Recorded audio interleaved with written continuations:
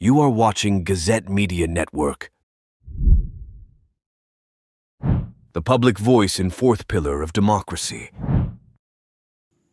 1430কে বিদায় জানিয়ে 1431 বাংলার শুভ নববর্ষ বাংলার ঐতিহ্য, সংস্কৃতি, কৃষ্টিকে ধরে রাখতে প্রত্যেক বছরের মতো এবছরও পয়লা বৈশাখ বেলঘুরিয়া ক্লাব প্রতিষ্ঠান সমন্বয় সমিতির পক্ষ থেকে নতুন বর্ষকে বরণ করে নিয়ে এক বর্ণাঢ্য প্রভাতফেরির আয়োজন করা হলো।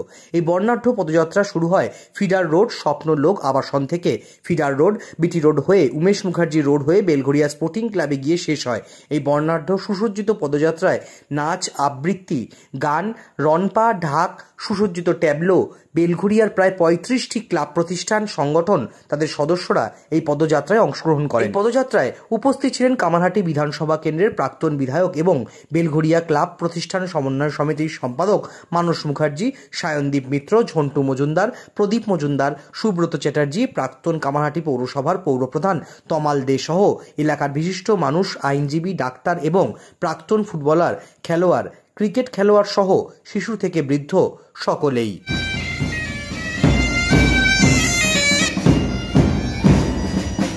ক্লাব প্রতিষ্ঠান সমন্বয় সমিতি না, বেলঘুরিয়া ক্লাব প্রতিষ্ঠান সমন্বয় সমিতির জন্মলগ্ন থেকে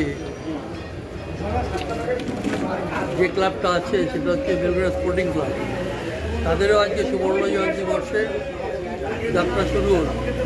এই দুটো সংগঠনের যৌথ উদ্যোগে আজকে এই বর্ণাঢ্য শোভাযাত্রা হয়েছে।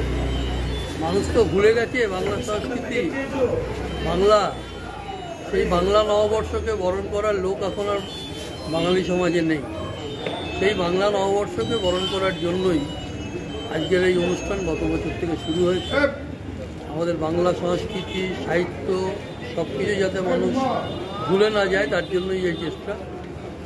ইংরেজি নববর্ষ নিয়ে হই হই মাতামাতি হতে পারে, নিজেদের যে ভিত্তিটা ভিতরে, সেই ভিত্তিটা তো এক মুঠো ঘাস না। এই সংস্কৃতি, এই সাহিত্য, রবীন্দ্রনাথ, বঙ্কিমচন্দ্র, জীবনানন্দ দাস, বিভূতিভূষণ বন্দ্যোপাধ্যায়, শরৎচন্দ্র, এরা অনেকে মিলে এর ভিতটা অনেক গভীরে নিয়ে গেছে।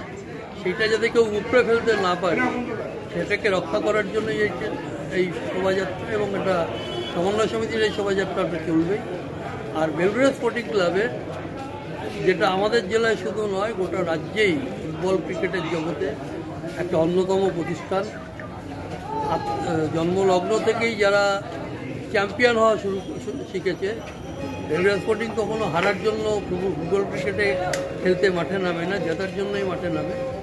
সেই বেলঘুরিয়া স্পোর্টিংয়ের সুবর্ণ জয়ন্তী বর্ষে তারও যাত্রা আজকে শুরু হলো এবং এবছরে আমাদের লক্ষ্য থাকবে যাতে জেলা ফুটবল এবং জেলা ক্রিকেট সেটাতে চ্যাম্পিয়ন হতে পারি। তার জন্য সমস্ত রকম চেষ্টা বেলঘুরিয়া স্পোর্টিং করবে এবং সারা বছর ধরে এই সুবর্ণ জয়ন্তীর বিভিন্ন ধরনের অনুষ্ঠান, ফুটবল টুর্নামেন্ট, ছোটদের, বড়দের, তার সঙ্গে অন্যান্য সাংস্কৃতিক অনুষ্ঠান, প্রাক্তন ফুটবলারদের, ক্রিকেটারদের বরণ করে নেওয়ার অনুষ্ঠান, বেলঘুরিয়া অঞ্চলের খেলাধুলা, তার প্রসারের চেষ্টা, সব কিছু মিলিয়ে বেলঘুরিয়া স্পোর্টিং বর্ণময় করে তুলবে তার সুবর্ণ জয়ন্তী বর্ষ।